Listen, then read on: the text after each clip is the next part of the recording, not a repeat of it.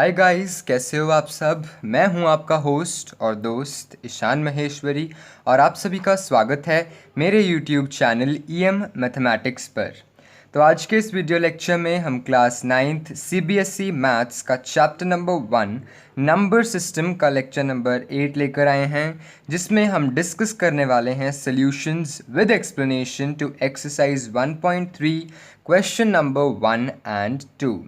तो बेसिकली आज के इस वीडियो लेक्चर में हम आपकी एनसीईआरटी की एक्सरसाइज 1.3 जो कि पेज नंबर 14 पे आपके एनसीईआरटी टेक्स्ट बुक में प्रेजेंट है, उसके क्वेश्चन नंबर 1 और 2 सारे पार्ट्स उसके with solution and explanation discuss करने वाले हैं। और फर्दर जो क्वेश्चंस हैं 3, 4, 5, 6, 7, 8, 9 ये आगे आगे 2-4 वीडियोज़ में कवर अप हो जाएंगी।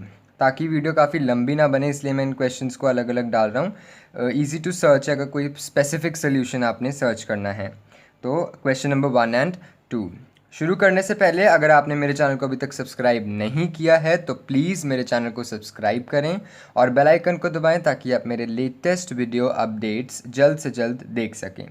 साथ ही साथ मैं आपको ये भी बता देना चाहता हूँ कि इस लेक्चर के पीडीएफ नोट्स जो हैं उनका लिंक जो है वो डिस्क्रिप्शन बॉक्स में अवेलेबल है। आप वहाँ पे जाके क्लिक करें और डाउनलोड करें और पाएँ एक्सरसाइज 1.3 के क्वेश्चन नंबर 1 एंड 2 का बहुत ही neatly handwritten PDF notes.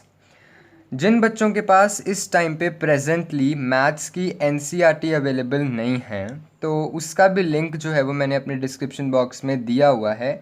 आप वहाँ से मैथ्स की एनसीईआरटी टेक्स्ट बुक जो है अपनी डाउनलोड कर सकते हो किसी भी चीज़ पे, पीसी पे, टैबलेट पे, फ़ोन पे, कहीं पे भी वो डाउनलोड किया जा सकता है और आप वहाँ से क्वेश्चंस देख सकते हो। तो शुरू करते हैं बिना किसी देरी के एक्सरसाइज 1.3 क्वेश्चन नंबर 1 एंड 2 के सॉल्यूशंस।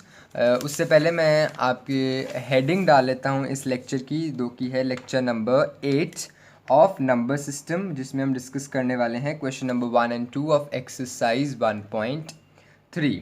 तो आप सभी से रिक्वेस्ट है कि प्लीज़ अपनी बुक्स जो है वो साथ में खोल के रखें पेज नंबर 14 एक्सरसाइज 1.3 पे, ताकि क्वेश्चन भी आप साथ ही साथ देख सकें, क्योंकि इस वीडियो में क्वेश्चन डिस्प्ले नहीं होने वाले हैं, ताकि एक रियलिस्टिक तरीका जो है, मेथड जो है वो पढ़ने का अचीव किया जा सके। अगर सब कुछ ही आपकी स्क्रीन पे आ जाएगा तो आप कोई भी एफर्ट नहीं करेंगे खुद पेंसिल निकाल के लिखने का, इसलिए you need to take your book out and you need to read the question yourself while I am reading it from my book. So question number 1 जो है वो क्वेश्चन में पढ़ने जा रहा हूँ और सारे पार्ट्स हम एक एक करके उसके जो हैं डिस्कस करने वाले हैं। तो क्वेश्चन नंबर 1 है that you have suppose to write the following in the decimal form and you are suppose to tell that which kind of decimal expansion does the number have, and the first part of this is 36 upon 100 and the first part to this is 36 upon 100। अब इसको decimal form में लिखना तो I hope आप सभी को class 7th या 8th में सीख चुके होंगे कि जब भी नीचे 100 हो तो ऊपर क्या है, 2 प्लेसेस के आगे पॉइंट लग जाता है। ये तो बहुत इजी सी बात है, यानी इसका आंसर जो है वो 0.36 है। इन शॉर्ट हमने इसे डेसिमल की फॉर्म में लिख दिया है। अब हमें बताना है कि इसकी डेसिमल एक्सपेंशन क्या है। साफ साफ दिख रही है इसकी डेसिमल एक्सपेंशन टर्मिनेटिंग है। क्यों? क्योंकि ये टर्मिनेट कर रहा है। रिपीट तो दूर की बात है, नॉन टर्मिनेटिंग पे देखा जाता है, बट ये टर्मिनेट कर रहा है, ये स्टॉप कर रहा है, ये एंड कर रहा है। नंबर यहाँ पे देख रहे हो 6 पे एंड कर चुका है, तो इसकी टर्मिनेटिंग डेसिमल एक्सपेंशन जो वो है। इसी तरीके से हमने सारे क्वेश्चंस जो हैं वो सॉल्व करने हैं। 36 अपॉन 100 को आई होप बहुत ही ईजी है लिखना आना। 0.36 जिनको नहीं लिखना आता वो डिवाइड करें प्रॉपर, बट ये छोटी मोटी जो डिविजन्स हैं जिन्हें हम सीधा लिख सकते हैं उन्हें मैं प्रॉपर डिविजन शो जो है वो नहीं करने वाला हूँ। So the second part two this first question is 1/11। अब 1/11 को मैं ऐसे सीधा नहीं लिख सकता, इसलिए मैं इसको लॉन्ग डिविजन मेथड से जो है वो सॉल्व करने वाला हूँ, बाय लॉन्ग डिवीजन। अब आप सभी को लॉन्ग डिवीजन तो आता ही होगा। कैसे? 1 को रखना है बीच में, 11 यहाँ पे, पॉइंट लगाएंगे तो क्या लगेगा, 0, बट अभी भी नहीं हो पा रहा, फिर एक 0 लगाएंगे तो एक और 0 यहाँ पे आ जाएगा। आई होप आपको डिवीजन तो आती होगी, क्लास 7th और 8th में सीखी हुई है, उसी तरीके से डिवाइड करना है। एक पॉइंट लगाया तो ज़ीरो, एक ज़ीरो लगाया तो ज़ीरो। अब 11 9 सा जो है वो 99 आ जाएगा, फिर से 1 आ जाएगा, फिर से हम ज़ीरो लगाएंगे, फिर से ज़ीरो लगा के एक और ज़ीरो लगाएंगे। 11 9 ज़ा 99, और ऐसे करते करते जो है 1 आपका आता ही रहेगा। सेम दिख रहा है, यहाँ पे 1 था, यहीं पे दोबारा 1 आ गया, यहीं पे दोबारा। रिमाइंडर जो है अपने आप को रिपीट कर रहा है। इन शॉर्ट 1/11 को हम क्या लिख सकते हैं, 0.090909 एंड चलता ही जाने वाला है, तो इसे हम कैसे लिख सकते हैं, 0.09 बार। और आप सभी को पता ही होगा, जिसको डेसिमल एक्सपेंशन के बारे में पता है, कि 0.09 बार, बार जहाँ पे आ जाए वो हो जाता है नॉन टर्मिनेटिंग रिपीटिंग। तो इस नंबर की डेसिमल एक्सपेंशन है non terminating repeating decimal expansion, non terminating repeating decimal expansion. Long division का ही खेल था इसमें बेसिकली, और ये आपको अब इस 8th क्लास 9th क्लास में तो कोई सिखाएगा नहीं, 8th 7th में ऑलरेडी आपने सीखी हुई है लॉन्ग डिवीजन। उसी तरीके से लॉन्ग डिवीजन जो है वो परफॉर्म करनी है। 1/11 जो है वो 0.090909 आता ही जा रहा है, जिसमें 09 जो है हमें रिपीट करता हुआ दिख रहा है, इसलिए हम उसकी डेसिमल एक्सपेंशन जो है वो सीधा सीधा देख के बता सकते हैं, non terminating repeating decimal expansion. इसी के साथ ये था आपका सेकेंड पार्ट, और अब हम आते हैं थर्ड पार्ट पे, जो कि है मिक्स्ड फ्रैक्शन की फॉर्म में लिखा हुआ 4/1/8। सबसे पहले मिक्स्ड फ्रैक्शन को आपको फ्रैक्शन में बदलना आना चाहिए। वो कैसे होगा, 8 4 ज़ा 32 एंड 32 + 1 इज़ 33, सो 33/8। ये जो है ये है आपका मिक्स्ड फ्रैक्शन में बदला हुआ, मिक्स्ड फ्रैक्शन से प्रॉपर फ्रैक्शन में बदला हुआ। अब इस चीज़ को हम बाय लॉन्ग डिवीजन जो है वो डिवाइड करेंगे। वैसे तो ये ऐसे सिंपली भी लिखा जा सकता है, बट आप डिवीजन शो कर ही दो तो वो ज़्यादा बेटर होगा, इसमें से जो है ना कोई मिस्टेक नहीं हो पाएगी। साफ साफ है, 8 4 ज़ा 32, रिमाइंडर आया 1, पॉइंट लगाएंगे 0, 8 1 ज़ा 8, रिमाइंडर आया 2 0, 8 2 ज़ा 16, रिमाइंडर आया 4 0, 8 5 ज़ा 40, रिमाइंडर आया 0। तो मतलब 33/8 को हम लिख सकते हैं 4.125। ये डेसिमल एक्सपेंशन कैसी है, नॉन टर्मिनेटिंग रिपीटिंग, नो, एकदम एंड कर रही है 5 पे, तो ये है टर्मिनेटिंग, तो ये है टर्मिनेटिंग डेसिमल एक्सपेंशन। इसी तरह से जो क्वेश्चन है बहुत ही इजी है, इसी तरीके से आपने सॉल्व करना है। लॉन्ग डिवीजन तो ना जाने आप कितने ही परफॉर्म कर लो, और पॉइंट की फॉर्म में लिखना है। बेसिकली इसमें क्या है, दिमाग, कैलकुलेशन, उसके अलावा इस क्वेश्चन में कुछ भी नहीं है। अगर आपकी कैलकुलेशन गलत तो आपका आंसर गलत, अगर आपकी कैलकुलेशन एकदम सही तो आपका आंसर भी एकदम सही। Now we come to the fourth part. पिछले 3 पार्ट्स जो थे वो एब्सोल्युटली ईजी से थे और उनमें कोई भी डिफ़िकल्टी नहीं थी कुछ करने में। Now we come to the fourth part, that is 3/13। So 3/13 को कैसे करना है, ये भी आपको लॉन्ग डिवीजन मेथड से ही होगा। तो ऐसे कैसे लिख देंगे, 3 को यहाँ पे, 13 को यहाँ पे, और यहाँ पे साइड में आप लिख दोगे कि किस तरीके से हम कर रहे हैं, we are solving it by long division.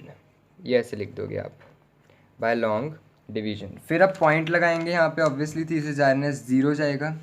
13 2 ज़ार 26, 13 2 ज़ार 26, फिर आएगा 4 रिमाइंडर, फिर से 0 लगाएंगे। 13 3 ज़ार 39, फिर आएगा 1, तो 0 लग जाएगा, फिर भी जा नहीं रहा, फिर से 0 लगाएंगे तो 100 बनेगा ये। आई होप आपको डेसिमल जो हैं वो अच्छे से करने आते हैं। उसके बाद जाएगा ये 7 पे, 13 7 ज़ा इज़ 91, वी गेट हेयर 9, फिर से 0 लगाएंगे तो 13 6 ज़ार 78, 13 का टेबल आना चाहिए। फिर 12 आएगा, फिर से 0 लगाएंगे तो 13 9 ज़ार क्या आएगा 117, और फिर 3 आ जाएगा। तो आप देख रहे हैं 3 से ही स्टार्टिंग की थी, 3 पे ही वापस आ जाएगा, मतलब अब ये दोबारा रिपीट होने वाला है, रिमाइंडर 0 तो बन नहीं रहा, मतलब 0.230769 अभी अपने आप को रिपीट करेगी। इन शॉर्ट 3/13 को मैं क्या लिख सकता हूँ, 0.230769 230,769 230,769, जिसे मैं साफ साफ लिख सकता हूँ 0.230769 का बार।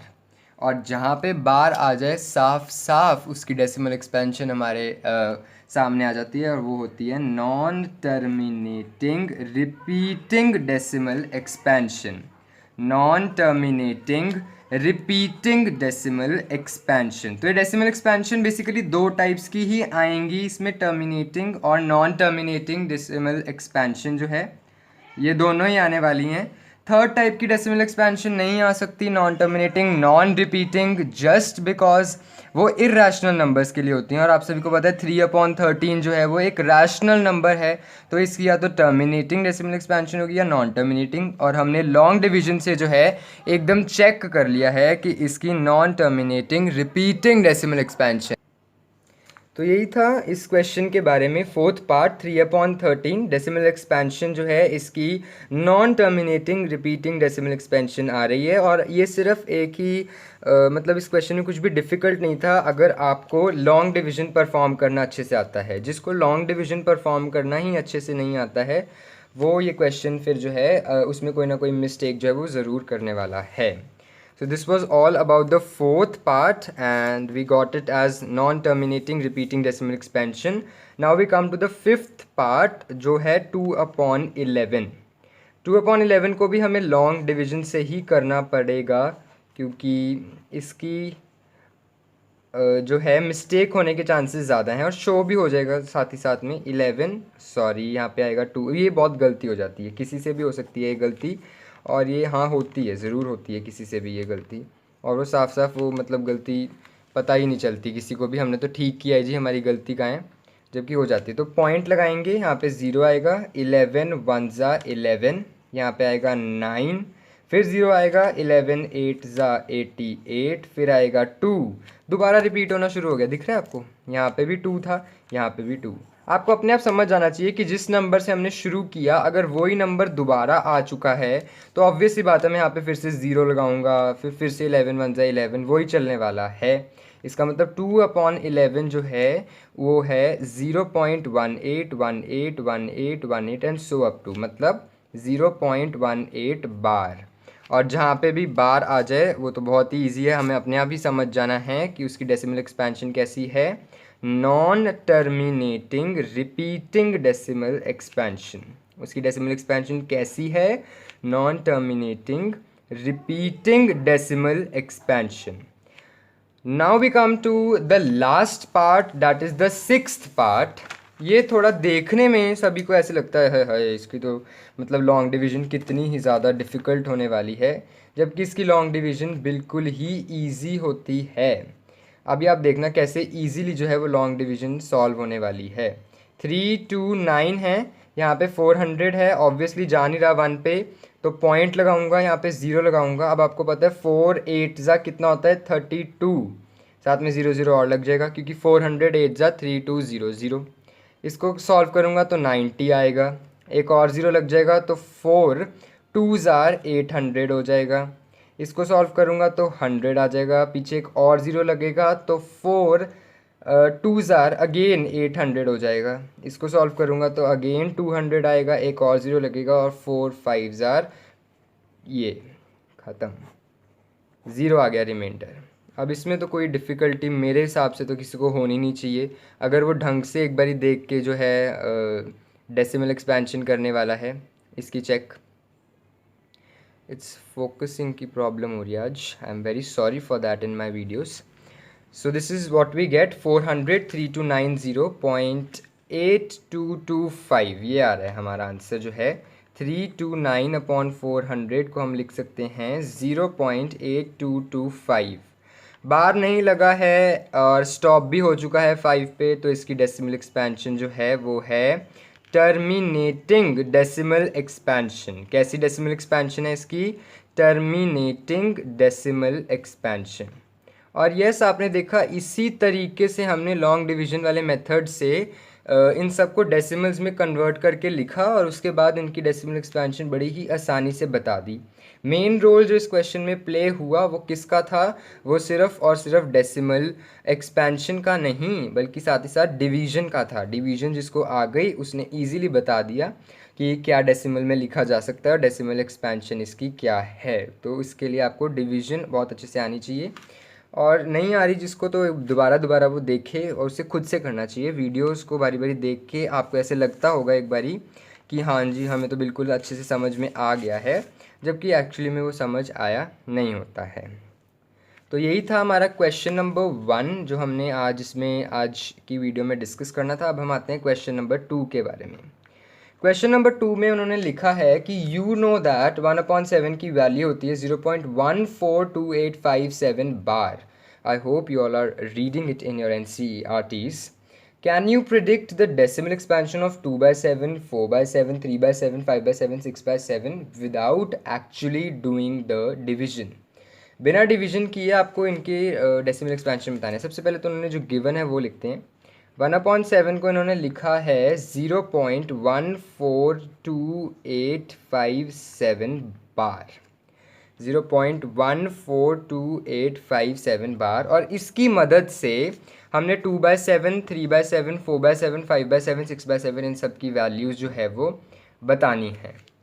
और ये करने के मेरे पास ना 2 मेथड्स हैं। जो आपको इजी लगे वो आप चूज़ कर सकते हैं। ऑब्वियसली एक क्वेश्चन को करने के बहुत से मेथड्स होते हैं, जो इजी होता है वो आप पिकअप कर लीजिए। तो फर्स्ट मेथड में मैं बताता हूँ। फर्स्ट मेथड में एक्चुअली आप प्रॉब्लम क्या होगी कैलकुलेशन मेथड। फर्स्ट मेथड जो होगा एक टाइप से वो कैलकुलेशन मेथड होगा। इसमें आपको कैलकुलेशन की जो है वो प्रॉब्लम आने वाली है। कैसे? देखो 1/7 ये तो 2/7 ये फाइंड करना है हमें। 2/7 को मैं 2 इंटू 1/7 लिख सकता हूँ। हाँ, 2/7 2 इंटू 1/7 एक ही बात है। 2 इंटू 1/7 को मैं क्या लिख सकता हूँ? 0.142857 बार। इसके बाद 9th क्लास के बच्चे हैं, मल्टीप्लिकेशन तो कर ही सकते हैं। इस नंबर को इससे मल्टीप्लाई करना है, जो भी आएगा उसके ऊपर बार लगा दो। तो ये आएगा 5714, उसके ऊपर बार लगा देंगे, ये आपका 2/7 आ जाएगा। इसी तरीके से आपने 3/7 करना है। 3 इंटू 1/7, फिर से 3 इंटू 0.142857, फिर 3 से मल्टीप्लाई करो। बेसिकली कैलकुलेशन हो रही है इस केस में। आपको 3 से जो है 2 से जो है बारी बारी इतनी लंबी जो है मल्टीप्लिकेशन करनी पड़ रही है। और हाँ, जिसको ये इजी लग रहा है मल्टीप्लिकेशन जो कर सकता है उसके लिए मेथड बिल्कुल इजी है। मल्टीप्लिकेशन करके उसका आंसर आएगा 0.428571, ऊपर बार लगा देंगे आंसर। उसी तरीके से 4/7 जो है वो 4 इंटू 1/7 होगा। 4 इंटू 1/7 जो कि होगा 4 इंटू 0.142857 बार, जो मल्टीप्लाई करके आप खुद से करेंगे 0.571428 बार जो है आपका आंसर आ जाएगा। इसी तरीके से we'll be solving 5/7 and 6/7. Basically it is a method of calculation. You have to multiply again and again. Now we give 5/7, 5 into 1/7, 5 into 0.142857 bar, multiply करेंगे तो सॉल्व करके आ जाएगा 0.714285। बहुत ईजी है। मल्टीप्लिकेशन ही आपको खुद करनी पड़ेगी। I am not going to show this multiplication, you are a 9th standard student now. उसके लिए मल्टीप्लिकेशन जो है वो बहुत ही ईजी है। तो 6 इंटू 1/7 को मैं लिखूंगा 6 into 0.142857 bar, and hence multiplication के बाद 0.857142 जो है आपका आंसर आ जाएगा। तो ये था फर्स्ट मेथड जो आपने मल्टीप्लिकेशन करके है लिखा। अब मुझे थोड़ा ना थर्ड वाला सेकंड मेथड जो है वो ज़्यादा इजी लगता है, एंड हेंस आपको भी शायद लगेगा। सेकंड मेथड क्या है? सेकंड मेथड के लिए आपको 1/7 की पहले तो वैल्यू लिख देनी होगी जो हमें ऑलरेडी गिवन है, पर उसके लिए आपको ये डिवीजन है ना ये परफॉर्म करके दिखानी पड़ी होगी। कैसे? पॉइंट लगाया तो 0 आया, 7 1 ज़ा 7, फिर 3 आया, माइनस करके फिर से 0 लगा, 7 4 ज़ा 28, फिर 2 आया, 0 लगा, 7 2 ज़ा 14, फिर आया 6, फिर 0 लगा, 7 8 ज़ा 56, फिर 4 आया, फिर से 0 लगा, 7 5 ज़ा 35, फिर 5 आया, 0 लगा, 7 7 ज़ा 49, और फिर 1, और फिर दोबारा ये देखो 1 और 1 है, ये दोबारा है, रिपीट होना शुरू हो गया। ये लिख लो सबसे पहले तो आप ये। उसके बाद अब आपको मैं सिखाता हूँ वो ट्रिक, एक्चुअली में वो ट्रिक क्या है। Now 2/7 we get remainder 2, we get remainder 2, 2/7 वाला in step 3. So we begin with third digit.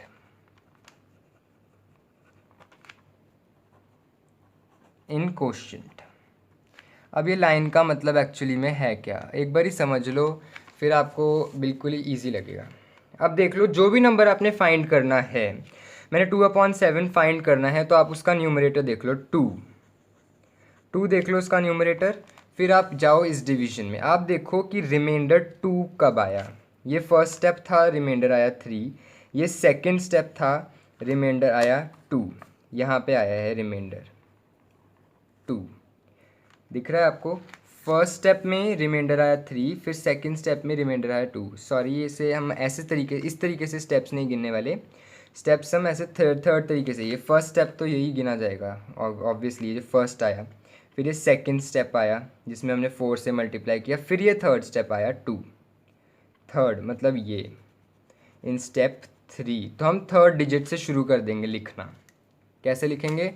2 8 5 7 1 4, मतलब 2/7 इज़ 0.285714। ऊपर का बार वैसे का वैसे ही। आप मैच करो पिछले मेथड से, ये रहा, वही सेम नंबर आएगा। उसी तरह आप 3/7 देख लो।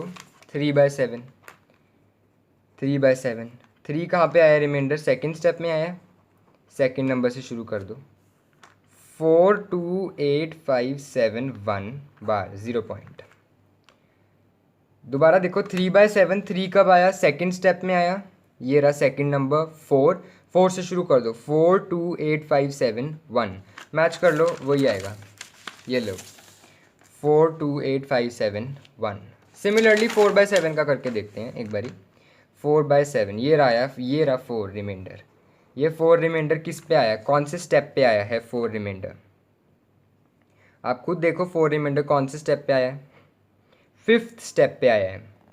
देख लो, first second third fourth fifth पे आया है 4 रिमाइंडर। तो 5th नंबर 1 2 3 4 5 से शुरू करना है। 5 7 फिर 1 4 2 8, आगे 0 पॉइंट, वही सेम बार। मैच कर लो, वही आएगा आंसर। ये देखो मैच कर लिया, बहुत इजी है। इसके बाद कैलकुलेशन कुछ ही नहीं रहेगी, इसलिए मैं कहता हूँ कि बस ये एक लाइन चेपो, उसके बाद लिखो सिमिलरली, उसके बाद 3/7 4/7 5/7 देखते हैं। 5/7 5 कौन से पे आया? 1 2 3 4 5 6th पे आया है 5, यानी 1 2 3 4 5 6, यानी 7 से शुरू करना है। ये देख लो 7 से शुरू हुआ है। 6/7 देखते हैं, 6th किस पे आया है? 1 2 3 4, 4th पे आया है 6th, यानी 1 2 3 4 8 से शुरू करना है। 8, फिर उसके बाद 5 7 1 4 2, 5 7 1 4 2। कहाँ आपने इस जो है मेथड में एकदम जो है आपने कैलकुलेशन की दोबारा 5 से 6 से 4 से 3 से, कहाँ इसमें आपने ये लिखा पूरा का पूरा? ये एक लाइन लिखी, उसके बाद खुद देख के बस सीधा वही लिख दिया। बस इसी तरीके से जो दो मेथड्स हैं, आपकी मर्ज़ी है, जो जिसको कंफर्टेबल है वो उससे सॉल्व करे। हैंस यही था आज के इस वीडियो लेक्चर में एक्सरसाइज 1.3 के क्वेश्चन नंबर 1 एंड 2। और आज की वीडियो में बस इतना ही। अगले वीडियो में will be discussing question number 3 and question number 4, that will be number system 09 of the same exercise 1.3। Till the time पढ़ाई करते रहें, और अगर आपने मेरे चैनल को सब्सक्राइब नहीं किया है तो प्लीज़ मेरे चैनल को सब्सक्राइब करें, वीडियो को शेयर करें, लाइक करें, और इस वीडियो के PDF नोट्स को डाउनलोड करें, वो आपके बहुत ही ज़्यादा काम आने वाले हैं। Thank you and have a very nice day ahead.